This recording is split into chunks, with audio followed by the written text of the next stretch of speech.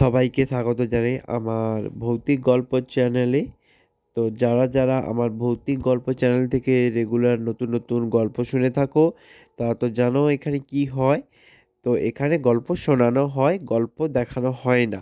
তো যারা গল্প শুনতে খুবই অনুরাগী তারাই আমার চ্যানেলে একমাত্র থাকবে, আর বাকিরা তোমরা নিঃসন্দেহে এখান থেকে বেরিয়ে যেতে পারো। তো আজকে তোমরা নিশ্চয়ই বুঝতে পারছো গল্পের টপিকটা কি। গল্পের টপিক হচ্ছে কামসূত্র। এক কাম বাসনায় লিপ্ত জিনের কথা আমরা এখানে শুনবো। তো আজকের এই কাহিনীটা শোনার পর তোমরা অনেক কিছু নতুন ধরনের জিনিস শিখতে পারবে এবং জানতেও পারবে এখান থেকে। তো অনেকেই এটা সম্বন্ধে অনেক নিশ্চয়ই জানো, আমার থেকেও যথেষ্ট ভালো জানো, কিন্তু আমি যেটা শোনাবো সেটা একটু, সেটাও তোমাদেরই মন মতোই হবে কিছুটা। পুরোটা মন মতো না হলেও সেরকম কিছু একটা হবে। তো বেশি কিছু কথা বলবো না, মূল যে কথাগুলো বলবো সেগুলো তোমরা একটু শুনে রাখো। মূলত যেমন হিন্দু পুরাণে আমরা রাক্ষস, ব্রহ্মদৈত্য, তারপরে পিশাচিনী এইসব জেনে থাকি। তেমনই আমাদের কোরআনেও অনেক এরকম বহু কিছু বর্ণিত রয়েছে, যেমন ধরো তোমার জিন, ইবলিশ, তারপরে এই জিন সম্বন্ধীয় বহু ধরনের রয়েছে। যেসব ভূত প্রেত বা প্রেতদের আমরা ভয়ঙ্কর অতৃপ্ত আত্মাদের কথা বলছি। তো অনেক ক্ষেত্রে দেখা যায় যে বেশিরভাগ জিনেরা হয়ে থাকে প্রতিশোধগামী, যারা মেরে ফেলতে চায় এ ধরনের। কিন্তু আজকে যে জিনটাকে নিয়ে আমরা কথা বলি সেটি মূলত হচ্ছে কাম বাসনায় লিপ্ত বা কামসূত্র বা কামে এতটাই আচ্ছন্ন এক জিন, যেগুলো শরীরে ক্ষুধা মেটায়। মানুষকে মেরে তার রক্ত খেয়ে বা তাকে মেরে ফেলাই একমাত্র তাদের নেশা নয়, তাদের নেশাটা হচ্ছে শরীরের ক্ষুধা। এই রকমের নানা ধরনের জিন রয়েছে। তো সেই ধরনের একটি জিনকে নিয়ে আজকের আমাদের টপিক। তো এই টপিকটা শোনার পর তোমরা বলবে তোমাদের কেমন হয়েছে। ওকে, তো গল্পটা আমি শুরু করছি, অর্থাৎ আজকের কাহিনীটা আমি শুরু করছি। আজকে তাহলে কাহিনী কামসূত্র। তো ঘটনাটা হচ্ছে আমাদের মুম্বাই শহরে একটা খুবই, বুঝতে পারছো, বস্তি এলাকারই একটা ঘটনা। শুধু যে বস্তি এমন নয়, বস্তি এলাকায়, কিন্তু বস্তির পাশে ঘরটা নয়, ওদের বাড়িটা ছিল একটা মহল বা একটা বাংলোরই মতো একটা বাড়ি ওদের। তো ওরা ওখানেই থাকতো। আর ওদের চারপাশটা ছিল, ওরা ছিল গ্রামের একমাত্র শেষ প্রান্ত বা শহরের একদম শেষ প্রান্ত, যা তোমরা ধরতে পারো। তো ওদের ওখানে বাড়িটা ছিল এবং ওদের বাড়ির আগের দিক থেকে বিভিন্ন ধরনের বাড়ি এবং অনেক বাড়ি শুরু হয়েছে, কিন্তু ওদের বাড়িটা ছিল একদম শেষ মুখে। তেমন ওদের কাছে সুযোগ সুবিধা ব্যবস্থা তেমন আসতে একটু দেরি করলেও প্রাকৃতিক সৌন্দর্যের দিক থেকে ওদের বাড়িটার দিকে লোক একটু বেশি ঘেয়ে আসতো এবং থাকতো। এবং ওদের বাড়ি পর থেকেই ছিল খুব সুন্দর বাগান, আর কিছু দূরেই ছিল তোমার ঘন জঙ্গল, যেটা আশা করা যায় না এবং ওখানে থাকতে গেলে খুবই হয়। তো আজ ওরা বলছি, কিন্তু ওরা হচ্ছে দুজন ভাই, দুজন বোন এবং একজন ভাই। দুজন বোন হচ্ছে জেসমিন, লিজা, আর ভাইয়ের নাম আদ্রিক। তো আদ্রিকের বাবা মা মারা গেছে, একুল ওকুল বলতে কেউ নেই, ওরাই। তো আদ্রিক যেহেতু হচ্ছে তোমার ছোট ভাই, জেসমিন আর লিজা হচ্ছে যেহেতু বড় দুজন দিদি। তো লিজা এবং আদ্রিকের দায়িত্ব পড়ে পুরো জেসমিনের উপর। জেসমিনই ওদের সব কিছু চালাতো। এবং যেহেতু আদ্রিক আর লিজা পড়াশোনা করতো, জেসমিন পড়ার সুযোগ পায়নি, তাই জন্য ও কী করতো, তাদের বাবার যে ব্যবসা ছিল ওটাই ও চালাতো। মানে কি আর বলবো, জেসমিন যখন ক্লাস, এই বলতে গেলে এইচএস দেবে, মানে হায়ার সেকেন্ডারিতে ছিল, তখনই হচ্ছে কি আর বলবো, ওদের বাবা মা মারা যান হঠাৎ। কোন অসুখে মারা যান সেটা আমরা পরে জানবো গল্পের ভিতরে গেলে, অর্থাৎ আমরা এই কাহিনীর ভেতরে গেলে এটা জানতে পারবো। তো ওদের বাবা মা মারা যাওয়ার পর সমস্ত দায়িত্বটা পড়ে হচ্ছে তোমার জেসমিনের ওপরে। তো জেসমিন আর পড়ার সুযোগ পায় না, যার ফলে ওদের বাবার ব্যবসাটাকে ওদের এগিয়ে নিয়ে যেতে হয়। আর লিজা আর আদ্রিক পড়াশোনা করতো, ওরাও সেম কলেজে ভর্তি হয়ে গেছে এবং কলেজে ওদের বেরোনোর সময়, অর্থাৎ ওদের 3 ইয়ার্স কমপ্লিট হয়ে গেছে, এরকম মানে হয়ে আসছে এরকমই সময়। তো হঠাৎই একদিন জেসমিন বা কাজ থেকে বাড়ি ফিরছে, অর্থাৎ জেসমিনের পোস্ট অর্থাৎ ওর কাজের জন্য কয়েকদিনের জন্য ওকে বাইরে যেতে হয়েছিল, তার জন্য কাজ সেরে বাড়ি ফিরছিল। তো অনেক রাত হয়ে গেছে, জেসমিনের ড্রাইভার গাড়ি চালিয়ে আসছে। তো ড্রাইভার বললো যে ম্যাডাম হচ্ছে এদিক দিয়ে চললে, মানে অর্থাৎ শর্টকাটের কথা বলছে আর কি, শর্টকাট একটা রাস্তা রয়েছে, সেখান দিয়ে যদি আমরা বাড়ি যাই তাহলে খুব সহজেই পৌঁছে যাব, আর না হলে পুরো হাই রোড দিয়ে ঘুরে যেতে অনেকটা রাত হয়ে যাবে, প্রায় আরও 1 ঘন্টা। এটা শোনার পর জেসমিন বলল, হ্যাঁ ঠিক আছে, তুমি যেহেতু রাস্তা চেনো নিয়ে চলো। কিন্তু ওই যে রাস্তাটা দিয়ে ড্রাইভারটা নিয়ে আসবে ওকে, ওখানে কিন্তু একটা বৃদ্ধ লোক ছিল যে বলল যে এই রাস্তা দিয়ে রাত্রে যাওয়া মানা আছে, মানে রাত্রের দিকে না যাওয়াই ভালো। যেমন আজকালের লোক বলে না, এই রাস্তা দিয়ে যাবি না, এই রাস্তা দিয়ে রাতে বা সন্ধ্যের দিক পর থেকে যাওয়া ভালো নয়, উচিত নয়, তেমনই একটা ব্যাপার।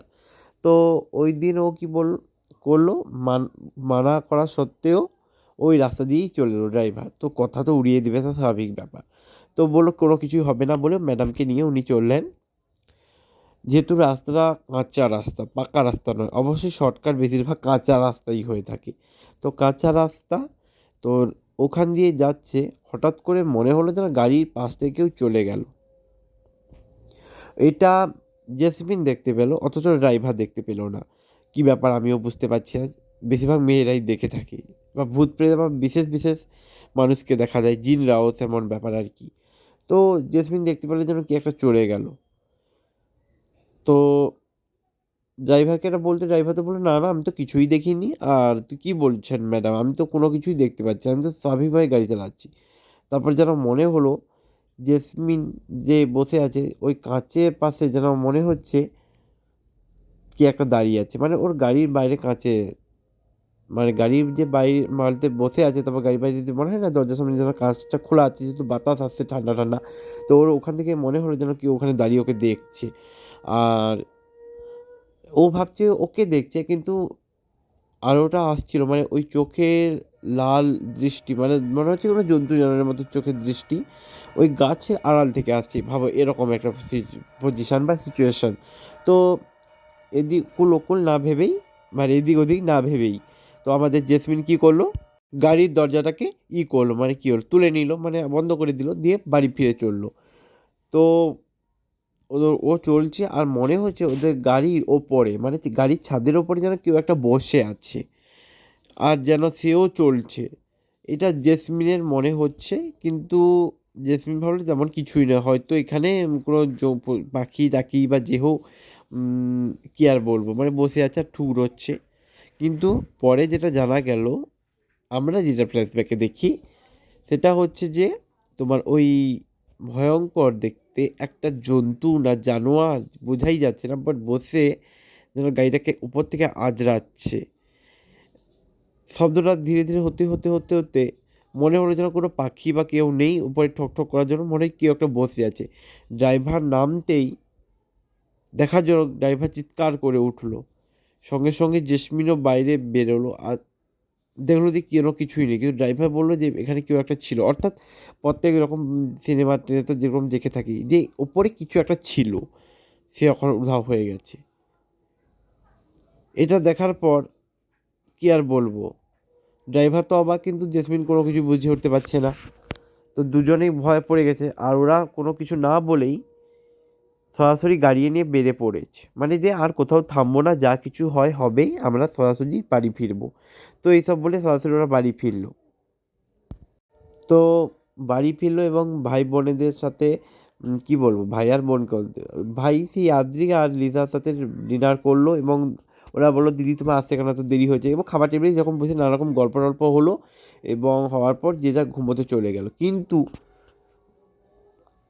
ঠিক রাত 12টার সময়, যেহেতু জেসমিন পরিশ্রম করে এসেছে, অনেকটা ধকল গেছে, তারপর সে খুব তাড়াতাড়ি শুয়ে পড়েছে, কিন্তু ওই 12টার সময় যেন তার মনে হলো তার শরীরে যেন উপরে, হ্যাঁ তার শরীরের উপরে যেন, বা তার ওপরে যেন কেউ ভর দিয়ে আছে, এবং তাকে যেন চাবলে যাচ্ছে, তাকে আঁচড়াচ্ছে, তাকে যেন কী রকম একটা করছে, এটা মনে হচ্ছে। হঠাৎ করেই তার চোখটা খুলে যায় আর দেখে যে তার শরীরে সমস্ত পোশাক নেই।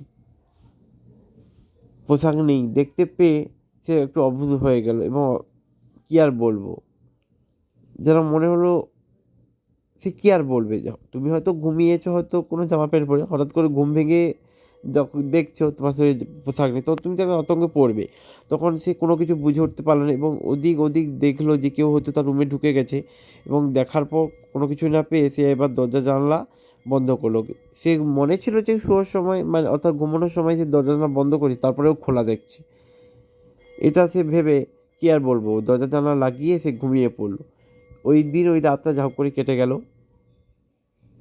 পরের দিন সেম ঘটনা ঘটলো। পরের দিন রাতেও একই রকমভাবে জেসমিন ঘুম ভেঙে গেল মাঝরাতে ওই সময় আর দেখলো যে আবার সেই নির্বস্ত্র অবস্থায়।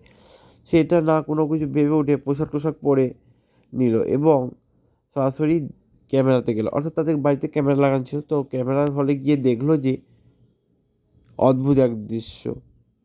কি, যে তার শরীরের পোশাক আপনি খুলে যাচ্ছে এবং যেন একটা শারীরিক মিলন অবস্থায় যখন একজন নারী পুরুষ লিপ্ত হয় সেরকমই অবস্থায় সে দেখতে পেলো, কিন্তু সে কোনো কিছু বুঝে উঠতে পারলো না। সে এই ব্যাপারে কারোর সাথে না পরামর্শ নিয়ে, কোনো কিছু না বলে, কী আর বলবো, আমার নিজের ঘরে মানে বেডরুমে গিয়ে চুপচাপ বসে পড়লো। হঠাৎই তার কাছে একটা ফোন আসে যে তোমাকে কাজের জন্য জেসমিন বাইরে যেতে হবে কয়েকদিনের জন্য। তো জেসমিন কোনো কিছু বলার আগে পরিবারকে কী আর বলবো, কাজের জন্য বেরিয়ে পড়বো। ভাই বোনেদের বললো আমার ফিরতে 2 দিন সময় লাগবে, অর্থাৎ 2 দিনের জন্য সে বাইরে চলে যাচ্ছে। তো আদ্রিক এবং লিজাকে বাড়িতে রেখে উনি চলে গেলেন, জেসমিন অর্থাৎ চলে গেল। তো বাড়িতে কেউ নেই, ড্রাইভার শুধু আর আদ্রিক, লিজা। ঠিক ওই দিন রাতে লিজা সাথে এমন ঘটনা ঘটে, অর্থাৎ লিজা তো খুব মানে আধুনিক মেয়ে। ও তো ঘুমোচ্ছে না, সারা রাত ফোন দেখছে, কিন্তু ওই জিন ওকে দেখেই যাচ্ছে, অর্থাৎ ওকে দেখেই যাচ্ছে তার কাম বাসনা লিপ্ত হওয়ার জন্য। দেখলো যে লিজা পুরো রাত না ঘুমিয়ে ফোনে কি একটা কাজ করাচ্ছে, তার জন্য ওই জিন ওকে কোনো কিছু না করেই কি বলবো বাড়ির বাইরে বেরিয়ে গেল, অর্থাৎ জেসমিনকে পেলো না, অর্থাৎ তার বোনকেও পেলো না, অর্থাৎ তার মনে কীরকম রাগ বা ক্ষুধা আছে। এবং বাইরে একটা দৃশ্য দেখি আমরা গিয়ে, যেখানে ড্রাইভার তোমার সিগারেট ফুফু করছিল, অর্থাৎ সিগারেট খাচ্ছিল। ওই ড্রাইভারের পরে ঝাঁপিয়ে পড়ে এবং ড্রাইভারকে মেরে ফেলে, যে ড্রাইভার কি একটা ভালো মনের মানুষ, যে বাইরে এখন এইসব সিনেমাতে যা দেখি যে কোনো কিছু কার্যসিদ্ধি না হলে ভূত প্রেত বা জিন টিনেরা দেখি অন্য আউট পার্সেন্টের উপরে ঝাঁপিয়ে পড়ে। তেমন কি আর বলবো, তেমন একটা ঘটনা যে ড্রাইভারকে মেরে ফেলে এবং মেরে ফেলে ওই জিন ওই ড্রাইভারের শরীরে ভর করে ফেলে এবং ওর শরীরটাকে কবজা করে ফেলে। কবজা করে কি আর বলবো, সেই অপেক্ষায় থাকে যেন মনে হচ্ছে কোনো একটা কার্যসিদ্ধি করার জন্য। তারপরে এরকম করতে সকাল হয়ে যায়। তো সকাল হয়ে যাবার পর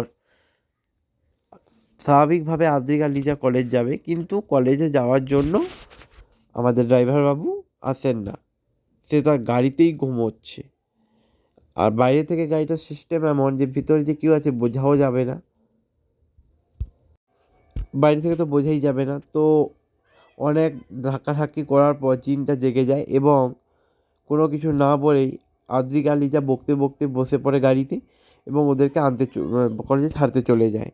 এবং কলেজে ছেড়েই সে কি বলবো বাড়ি চলে আসে এবং বাড়িতে ফিরে অর্থাৎ লিজা, আদ্রিক বাবু জেসমিনের বাড়িতে ফিরে চলে আসে কাম অবস্থায় আচ্ছন্ন সেই।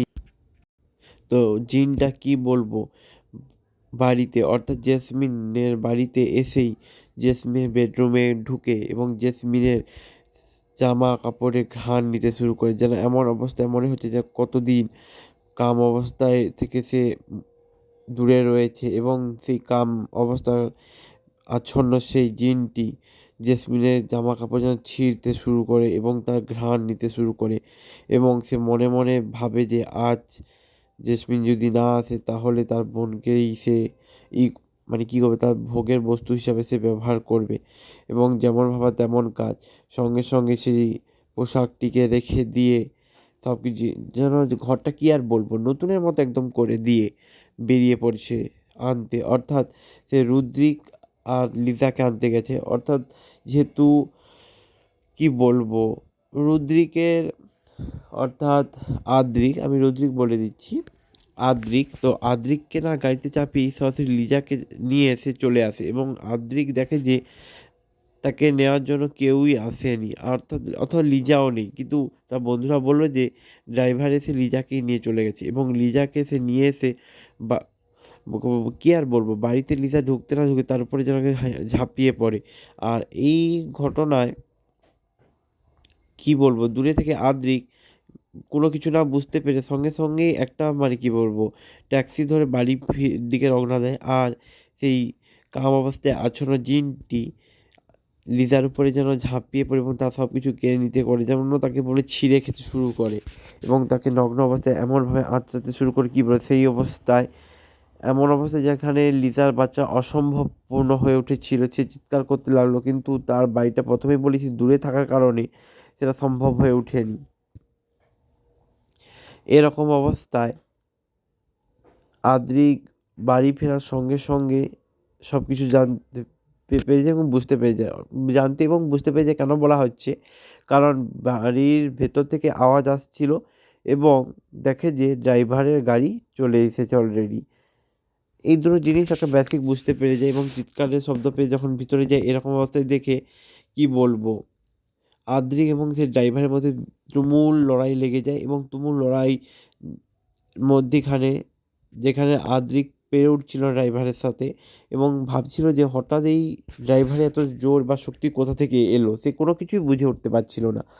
এমন অবস্থায় কি বলবো, ভারী একটা রড নিয়ে আদ্রিক ওই ড্রাইভারের মাথায় মারে এবং মারার সঙ্গে সঙ্গে ড্রাইভার অজ্ঞান অচেতন হয়ে পড়ে যায় এবং ওই জিনটি ওই শরীর ত্যাগ করে এবং শরীরটা ছাড়ার সঙ্গে সঙ্গেই যেন মনে হচ্ছে ওই ড্রাইভারের লাশটা যে ছিল, তখন ভর করে কিছুক্ষণের মধ্যে যেন পচে এবং গলতে শুরু করে দিয়েছে এবং সঙ্গে সঙ্গেই সে যেন মনে হচ্ছে একটা কঙ্কালে পরিণত হয়েছে এবং চারিদিকে নোংরা দুর্গন্ধ ছড়িয়ে গেছে। এই মতো অবস্থায় জেসমিনও ফিরে এসেছে। জেসমিন ফিরে এসে সবটা দেখে জেসমিন অবাক হয়ে গেছে যে কী হচ্ছে তাদের বাড়িতে।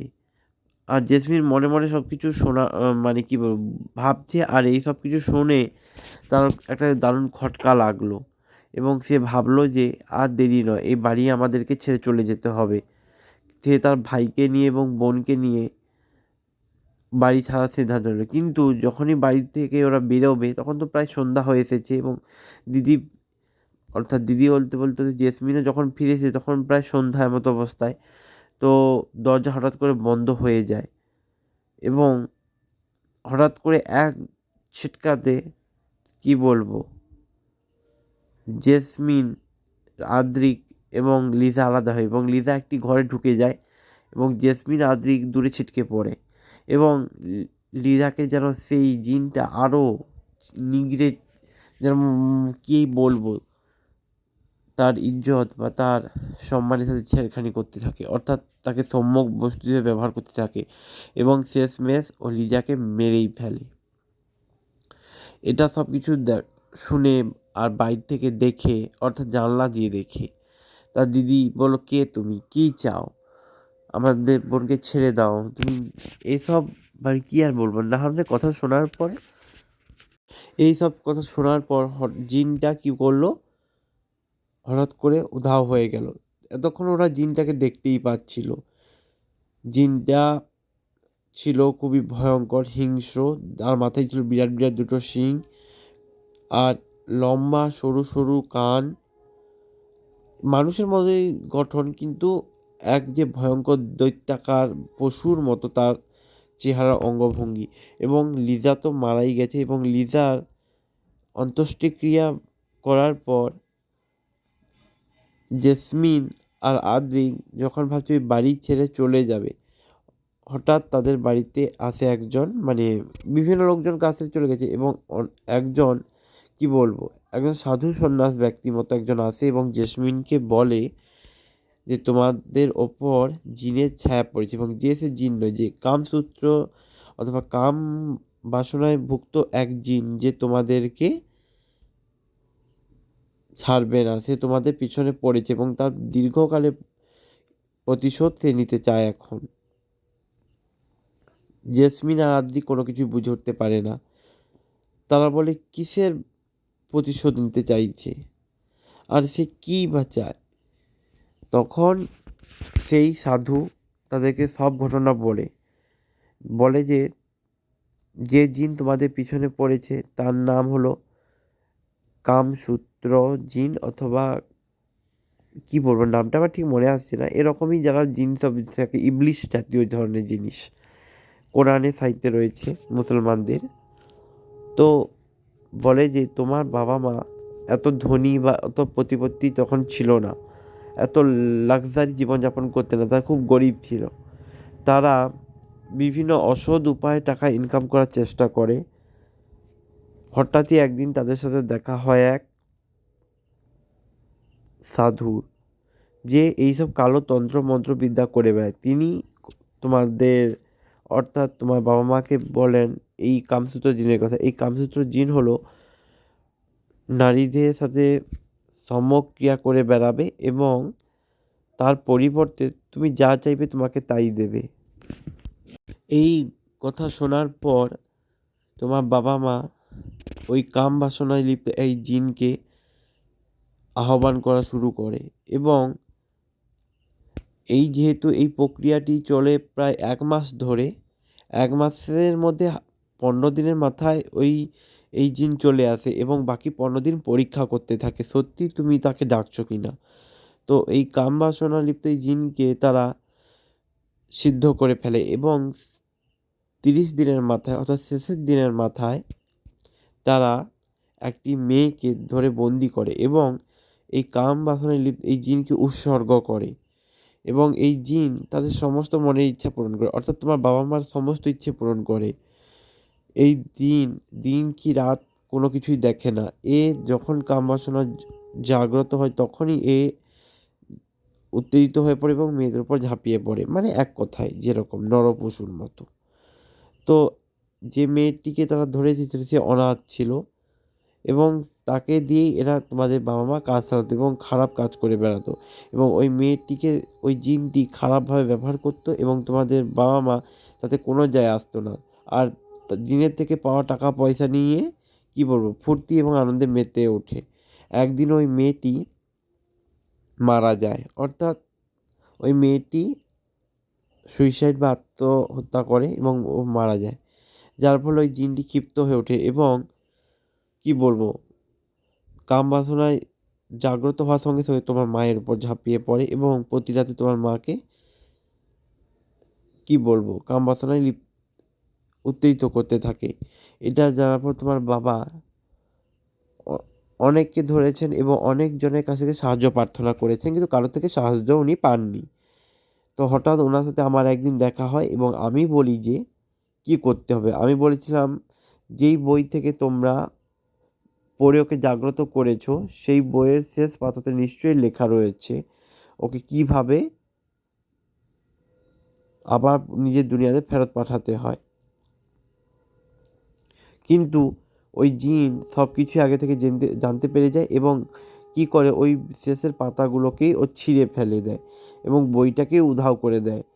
যার ফলে আমি একটা উপায় বলে দিয়েছিলাম যে কিভাবে ওই জিনকে বন্দি করতে হবে। যখন ওই জিন কারোর সাথে লিপ্ত থাকবে তখনই ওর উপর একটা মন্ত্রিত জল, হোলি ওয়াটার যাকে বলে, ছড়িয়ে দিতে হবে, যার ফলে ওই জিনটা ওখানেই দাঁড়িয়ে যাবে এবং একটা মন্ত্র বলবো এবং যার ফলে ও কালো ধোঁয়া হয়ে ওই ঘটের ভিতর ঢুকে পড়বে এবং তোমরা কী বলো, ওটাকে বন্দি করে কোথাও রেখে দেবে। এটাই বলেছিলাম, কিন্তু এই কার্যটা যে করবে সে কিন্তু মারা যাবে। কিন্তু ঠিক ওই রাত্রেই ওই জিন আসে এবং তোমার মায়ের উপর সেইভাবে সমক্রিয়া চালাতে থাকে। তোমার বাবা কোনো এদিক ওদিক না ভেবেই তোমাদের কথা ভেবে, অর্থাৎ তোমরা তখন ছোট, তোমরা এখানে থাকতে না, তোমরা বাইরে থাকতে, ওই জল ওদের উপর ছড়িয়ে দেয় এবং জিন কালো ধোঁয়া হয়ে ঘটের পর ঢুকে যায়। কিন্তু এই অবস্থায় তোমার মা মারা যান এবং এই কার্যটি করে তোমার বাবাকে বলেছিলাম আমি এমন জায়গায় লুকিয়ে ফেলতে যেখানে এটা লোকের কেউই যেন জানতে না পারে, কিন্তু তোমার বাবা ভুলবশত বেসমেন্টে ওটা লুকিয়ে দেয় এবং তোমার বাবা ওখানেই মারা যায়। পরে তুমি যেদিন বেসমেন্টের তলায় গেলে সেদিন ওই জিন মুক্তি পেয়ে যায় এবং তখন থেকেই এখন অবধি ও তোমার পিছন করেই যাচ্ছে এবং ওর লক্ষ্য তোমাদের পরিবারকে নিশ্চিহ্ন করে ফেলা এবং মেরে ফেলা। কারণ যাকে তোমরা ডেকে এনেছো তার কথা না শুনলে বা তার ইচ্ছা না পূরণ হলে সে কিন্তু তোমাদেরকে ছাড়বে না। এইসব কথা শুনে সাহায্য চাওয়ার জন্য জেসমিন এবং আদ্রিক ওই সন্ন্যাসীকে ধরেন এবং বলেন, কিন্তু সন্ন্যাসী বলে আমি কোনো কিছুই করে উঠতে পারবো না, কারণ তোমরা যাকে তোমাদের বাবা মা সিদ্ধ করে এনেছে এবং তুমিও যাকে ভুলবশত মুক্ত করে দিয়েছ, অর্থাৎ যেহেতু তোমাদের বংশের কেউ পরশ পেলেও খুলবে, যেহেতু তোমার পরশেও খুলে গেছে, মুক্ত পেয়ে গেছে, তাই জন্য আমি এখন কোনো কিছু বলে উঠতে পারবো না। কিন্তু আদ্রিক বলে যে যদি আমরা একইভাবে এইরকম করার চেষ্টা করি তাহলে তো কোনো কিছু হবে। তান্ত্রিক বলল যা করবে সাবধানে করবে, কারণ এই প্রকৃতির বিপদ অনেক রয়েছে। এবারে তান্ত্রিক যাতে ওদের ভাই বোনের কোনো ক্ষতি না হয় তার জন্য একটি করে তাবিজ ওদেরকে দিয়ে যায় এবং বলে যে যখনই ওই জিন আসবে তোমার দিকে ওকে আকর্ষণ করবে এবং ও যখনই তোমার পাশে আসবে তখনই ওকে বন্দি করে ফেলবে, অর্থাৎ তুমি তোমার হাতেই তাবিজটা পরে ফেলবে এবং যার ফলে ও তোমাকে আর তখন ছুঁতে পারবে না। আর এই হোলি ওয়াটার এটা ওর শরীরের উপর ছড়িয়ে দিলে ও আবার কালো ধোঁয়া হয়ে সেই ঘটের মধ্যে পুনর্স্থাপিত হবে, মানে একইভাবে সেই ঘটের মধ্যে ঢুকে পড়বে এবং তুমি ওকে বন্দি করে কোনো মাটির তলায় পুঁতে দেবে যাতে আর কেউ ওকে না পায় খুঁজে কোনো দিনও। এটা বলেছে এবং এটা করার জন্য আদ্রিক এবং জেসমিন প্রস্তুত হয়ে যায় নিজেদের বোনের প্রতিশোধ নেওয়ার জন্য এবং মা বাবার খুনের প্রতিশোধ নেওয়ার জন্য। তো সেমভাবেই রাত হতেই ওই জিনটা আসে এবং জেসমিন যেন মনে হয় যে কাম বাসনার মতো লিপ্ত হবে এমন বা কী বলবো মিলিত হওয়ার মতো অবস্থায় নিজের শরীরে সুগন্ধি লাগিয়ে এমনভাবে নিজেকে প্রস্তুত করে যে কেউ দেখলেই তাকে পাগল হয়ে যাবে। সেই এমতো অবস্থায় জিন দেখে তাকে পাগল এবং সে অলরেডি এসেই গেছে এবং এসেই যখন সে জেসমিনের কাছে যায়, জেসমিন বুদ্ধি করে অর্থাৎ নিজের হাতে সেই তাবিজটিকে পরে ফেলে, অর্থাৎ জিন যাতে তাকে আর ছুঁতে না পারে এবং একটা কবচ তাকে যেন রক্ষা করছে, মানে একটা গণ্ডির মতো হয়ে যায় জেসমিনের চারিদিকে এবং আদ্রিককে তো সে প্রথম থেকেই ছুঁতে পারবে না কারণ সে তো পড়েই রয়েছে এবং তারপরে সেই জাদু মন্ত্রিত জলটা জিনের উপর ছড়িয়ে দেয় এবং জিন সঙ্গে সঙ্গে চিৎকারের দ্বারা কালো ধোঁয়া হয়ে ভিতরে ঢুকেই যাবে। ঠিক কালো ধোঁয়া ধোঁয়া হতে তার অর্ধেক শরীরটা হতে না হতে তার বিশাল নখ দ্বারা ছুঁড়ে মারে, অর্থাৎ সেই ছুঁড়ে মারার ফলে জিন তো স্পর্শ তো করতে পারবে না ঠিক জানে, কিন্তু তার নখ এসে আদ্রিকের গলাতে লেগে যায়, অর্থাৎ লেগে এরপর থেকে ওপর হয়ে বেরিয়ে যায় বন্দুকের গুলির মতো এবং লাগার সঙ্গে সঙ্গে ওখানে আদ্রিক মারা যায় এবং জিন কালো ধোঁয়া হয়ে ঘটের মধ্যে ঢুকে যায় এবং সঙ্গে সঙ্গে কি বলবো জেসমিন ওই ঘটের মুখটাকে বন্ধ করে দেয়। কিন্তু এখানে আদ্রিকে কি হবে, আদ্রিকে তো গলায় তো লেগে গেছে সেই ভয়ঙ্কর ধারালো নখ যেটা ও ছুঁড়ে দিয়েছিল এবং সেই নখগুলো এমন বন্দুকের গুলির মতো হাত থেকে ছুটে এসে বেরোলো যে আদ্রিক তো ওখানে লেগেই গলাতে লাগাই সেখানে রক্তাক্ত অবস্থায় মারা যায়। এই অবস্থায় কান্নাতে ভেঙে পড়েছে যেখানে আমাদের জেসমিন কোনো কিছু ওঠার আগেই, আর মন্ত্রিত জলের প্রভাব শেষ হওয়ার সঙ্গে সঙ্গেই জিন পুনরায় ঘর থেকে বেরিয়ে আসে এবং জেসমিনের চুলের মুঠি ধরে একটা ঘরের ভিতরে নিয়ে যেয়ে জেসমিনের পুরো দেহ আঁচড়াতে থাকে এবং তাকে সম্মুখ করে ওখানেই মেরে ফেলে এবং একটা ভয়ঙ্কর চিৎকারের দ্বারা ওখান থেকে চলে যায়। পুরো একটা ঘর বাংলো পুরো পরিবার এক জিনের কবলে মারা যায়। আজ পর্যন্ত এরকম ঘটনা বহু জায়গায় ঘটেছে যেটা মানুষ জানে এবং গল্পের আকারে জেনে থাকে। তো তোমাদেরকে আমি একটা কথা বলবো, লোভের বশবর্তী হয়ে তোমরা কোনো দিনও এরকম কাজ করবে না। কাজ কর্মের দ্বারা তোমরা নিজস্ব উপার্জনের দ্বারা বড়লোক হও বা ধনী হও, সেটা তোমার ব্যাপার, কিন্তু অসৎ পথে, সে কোনো তন্ত্র সাধকতার পথে হোক বা কোনো কি বলবো অন্য কোনো লাইনে খারাপ কাজের দ্বারা কোনো দিনও তোমরা এগোবে চাইবে না, কারণ ওখানে বিপদ এবং রিস্ক দুটোই রয়েছে। এর থেকে তুমি তোমার সাধারণ যখন জীবনযাপন করো সেভাবেই তুমি কাজকর্মের দ্বারা হও, এতে জীবন খুব সুখময় হবে এবং ভরে উঠবে, এটুকুই বলতে পারি।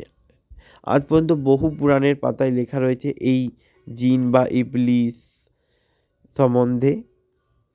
তো তোমাদের আজকের এই কাহিনীটা শুনে কেমন লাগলো অবশ্যই কমেন্টে জানাবে, এবং এরকম কাহিনী বা গল্প শোনার জন্য আমার চ্যানেলটিকে অবশ্যই সাবস্ক্রাইব করে রাখবে, এবং কমেন্টে অবশ্যই তোমরা জানাবে যে এই কাহিনী তোমাদের কেমন লেগেছে। আজকের জন্য এই পর্যন্ত।